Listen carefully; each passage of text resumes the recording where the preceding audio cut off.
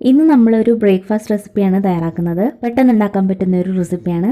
അപ്പോൾ നമുക്കിതെങ്ങനെയാണ് തയ്യാറാക്കുന്നത് നോക്കാം. അപ്പോൾ ആദ്യം തന്നെ 1.5 കപ്പ് പാല് വേണം. അപ്പോൾ പാലെടുക്കുമ്പോൾ കുറച്ചൊരു ഇളം ചൂടായിട്ടുള്ള പാൽ വേണം എടുക്കാനായിട്ട്. പശുവിൻ പാലാണ് കേട്ടോ. അപ്പോൾ പശുവിൻ പാലിന് പകരം നമുക്ക് തേങ്ങാപ്പാൽ വെച്ചിട്ടും ഈ റെസിപ്പി ഉണ്ടാക്കിയെടുക്കാം. അതല്ലെങ്കിൽ പശുവിൻ പാൽ തന്നെ ഉപയോഗിച്ചാൽ മതി. ഇനി ഇതിലേക്ക് 1 ടേബിൾ സ്പൂൺ പഞ്ചസാര കൂടി ചേർക്കാം.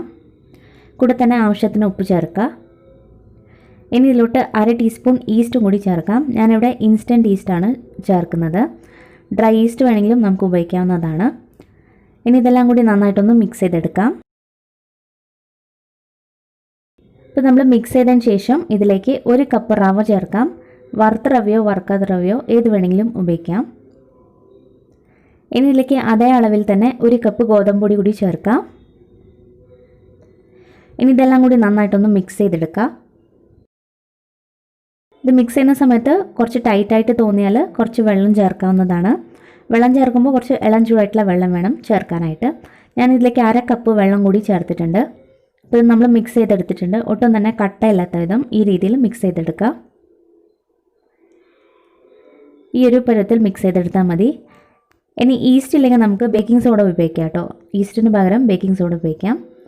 നമ്മൾ മിക്സ് ചെയ്തതിന് ശേഷം ഇതൊരു 15 മിനിറ്റ് നേരത്തേക്ക് അടച്ചു വെച്ച് റെസ്റ്റ് ചെയ്യാൻ വെക്കാം. തണുപ്പുള്ള സ്ഥലത്തൊക്കെ ആണെങ്കിൽ ഒരു അരമണിക്കൂർ വരെ എടുക്കും ഈസ്റ്റ് ഒന്ന് പൊങ്ങിക്കിട്ടാനായിട്ട്. അപ്പോൾ അത് ഓരോ സ്ഥലത്തെ കാലാവസ്ഥ അനുസരിച്ചിരിക്കും. കുറച്ച് ചൂടുള്ള സ്ഥലത്തൊക്കെ ആണെങ്കിൽ പെട്ടെന്ന് തന്നെ ആയിക്കിട്ടും. ഒരു 10 മുതൽ 15 മിനിറ്റ് മതി. ഇപ്പോൾ ഒരു 15 മിനിറ്റിന് ശേഷമാണ് കാണിക്കുന്നത്. ഈ സമയത്ത് കുറച്ചും കൂടി ഒന്ന് കട്ടിയായിട്ട് തോന്നിയാൽ ഈ സമയത്ത് കുറച്ച് വെള്ളം ചേർക്കാവുന്നതാണ്.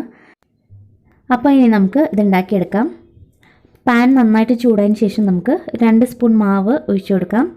മാവ് ഒഴിച്ചതിന് ശേഷം പരത്തേണ്ട ആവശ്യമില്ല. കുറച്ച് കട്ടിയിൽ തന്നെ ഉണ്ടാക്കുന്നതായിരിക്കും നല്ലത്. കുറച്ച് ഓയിലും കൂടി നമുക്ക് ഇതിൻ്റെ മുകളിലായിട്ട് ഒഴിച്ചു കൊടുക്കാം. ഇതൊരു മീഡിയം ഫ്ലെയിമിലിട്ട് നമുക്ക് കുക്ക് ചെയ്തെടുക്കാം. ഇപ്പോൾ ഒരു സൈഡ് കുക്കായി കിട്ടിയിട്ടുണ്ട്. നമുക്കിനി മറിച്ചിട്ട് കൊടുക്കാം. നമുക്ക് നോൺ സ്റ്റിക്കിൽ മാത്രമല്ല ഇരുമ്പിൻ്റെ ദോശക്കല്ലിലും ഉണ്ടാക്കാം കേട്ടോ. അങ്ങനെ ഉണ്ടാക്കുന്ന സമയത്ത് കുറച്ച് ഓയിൽ തേച്ചതിന് ശേഷം മാവ് ഒഴിച്ചു കൊടുത്താൽ മതി. ഇതിപ്പോൾ ആയിട്ടുണ്ട്.